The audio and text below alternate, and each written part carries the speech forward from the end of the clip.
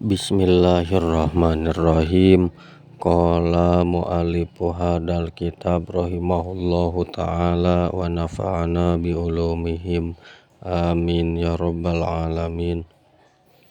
Adabun naumi ari ieu eta martelakeun adab-adaban sare. Adabun naumi ari adab-adaban sare hiya ari itu adabun naum eta ayata toharo yen susuci man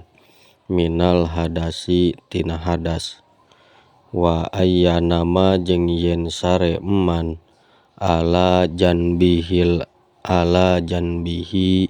netepan kana belah gigirna man al aimani anu katuhu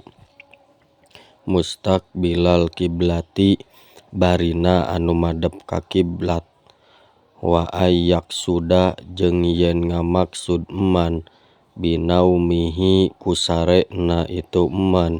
rohata badanihi kana ngaistirahatkeun badanna man liyaqwa karna supaya kuat itu man alal ibadati kana gawe ibadah wa ayyadhkura jeung yen zikir man Allaha ka Gusti Allah ta'ala maha luhur Allah ingda naumihi dina nalika rek sare na itu man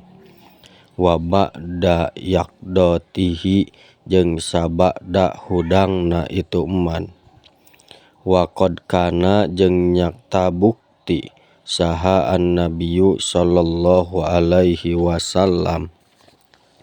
ida akhoda di mana ngamaksud nabi madja'ahu kana tempat bobokna nabi minal laili tina waktu peuting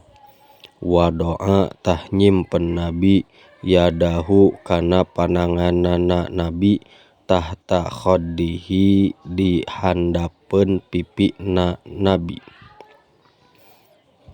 summa yaqulu teras ngucap kanjeng nabi Allahumma bismika ahya wa amut kana lapad eta Allahumma ya Allah bismika kalawan nyebat jenengan Gusti ahya ngahirupkeun kami wa amutu jeung ngamaotkeun kami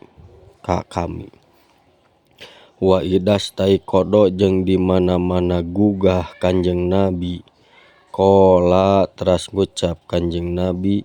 alhamdulillahilladzi ahyana ba'dama amatana wa ilaihin nusur. Alhamdu ari sadaya puji eta lillahi tetep kagungan Gusti Allah alladzi dat anu ahya anu parantos ngahirupkeun Allah na ka abdi sadaya ba'dama amatana sabada yen ngamaotkeun lituladi asina mah Allah na ka kami wa ilaihi jeung ka itu ladi asina mah Allah an-nusuru ari tempat pangbalikan wallahu a'lam bishawab.